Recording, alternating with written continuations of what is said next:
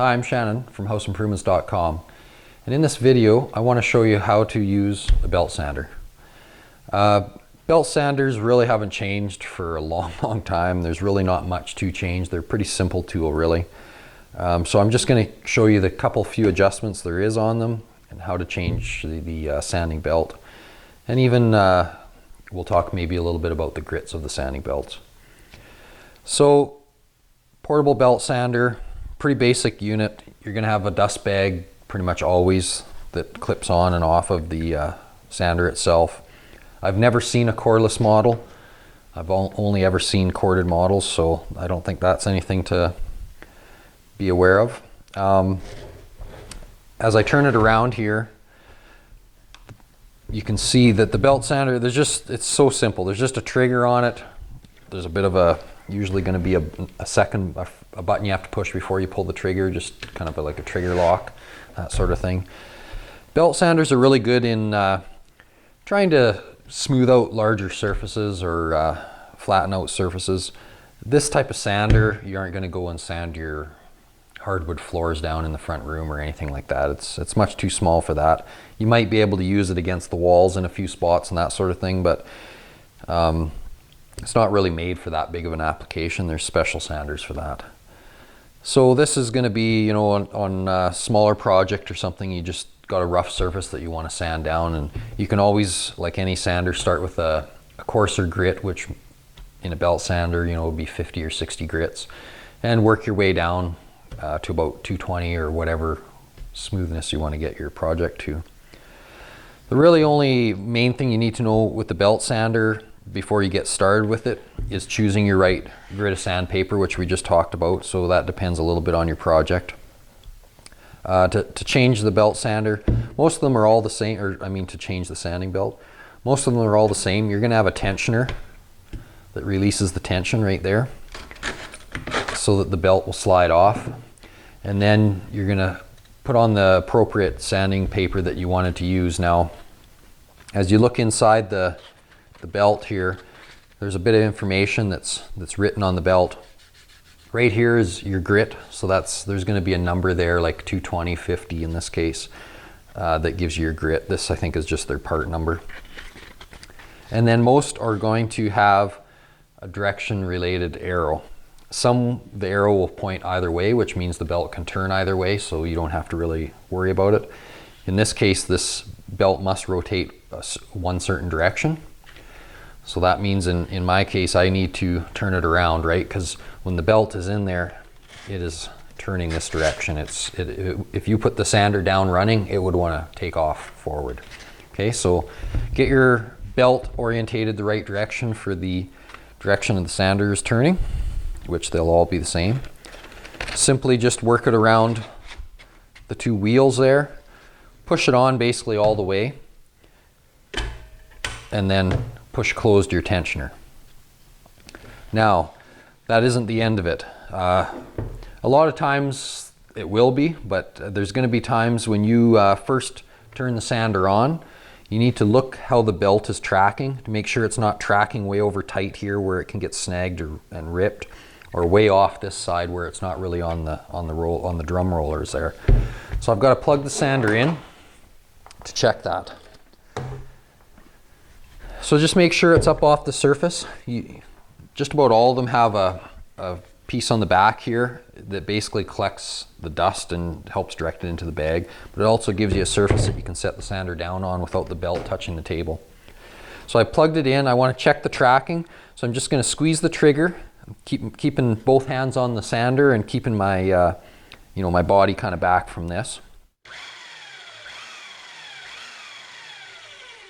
And I'm not sure if you could pick up on it, but the belt actually tracked in a little bit to this way. So by adjusting this knob, there'll be a knob on yours somewhere, it tilts this one drum and it'll track the paper in or out until you get it to the position that you want it in.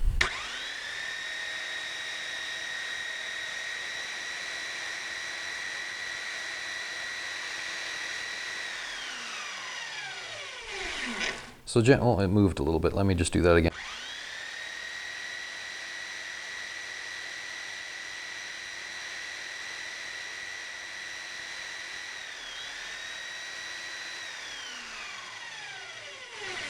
So generally speaking, you just want it to track so that it's running nicely on the two wheels, front and back, and it's not crowding over to this edge like I spoke, or coming way off to the side here.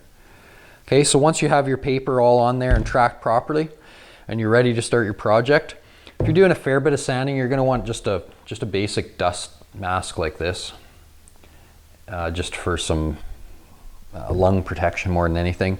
Depending on your sander, you might want some ear protection.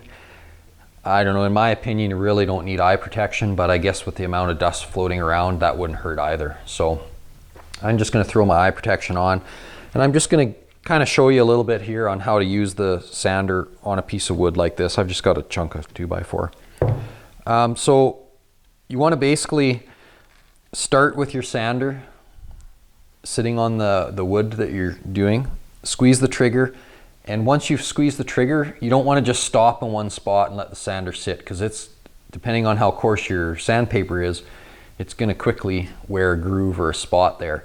So as soon as the sander starts, you want to start moving the sander, and you want to try to work the sander the same direction as the grain of your wood. So with this wood, the grain, the long stretches of the grain are going this way, so I really don't want to sand across this way if I can help it, because it's just going to leave a bunch of scratches and marks across the grain, especially if this is something you're going to try to stain or finish nicely after that. So the key is just keep the sander moving.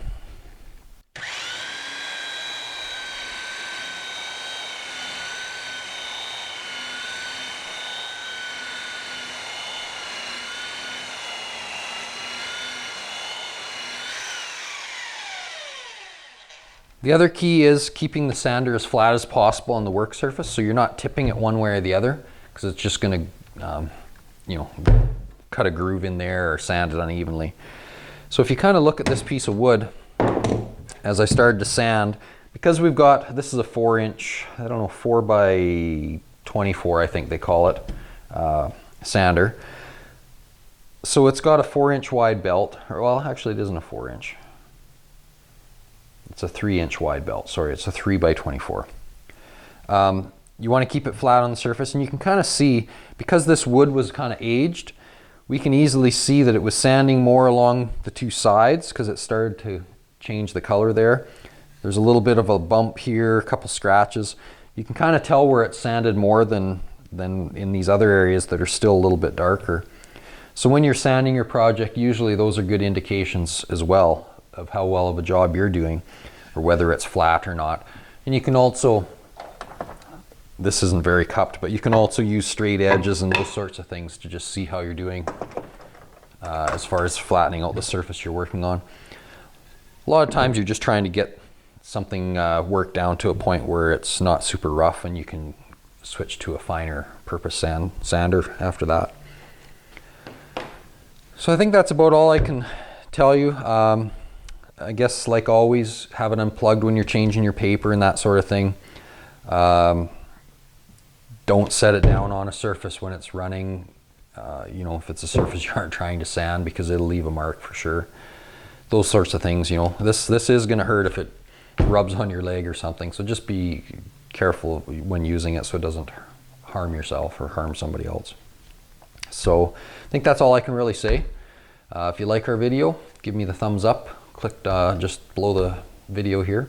That'll help us out quite a bit. And as always, you can check us out on all our other social media type spots, like on our forum on the website. Great place to go and ask your questions about your projects or this video or any other video you've seen. Facebook, Twitter, Patreon, all those. There's links below in the description to find all that stuff. Thanks a lot.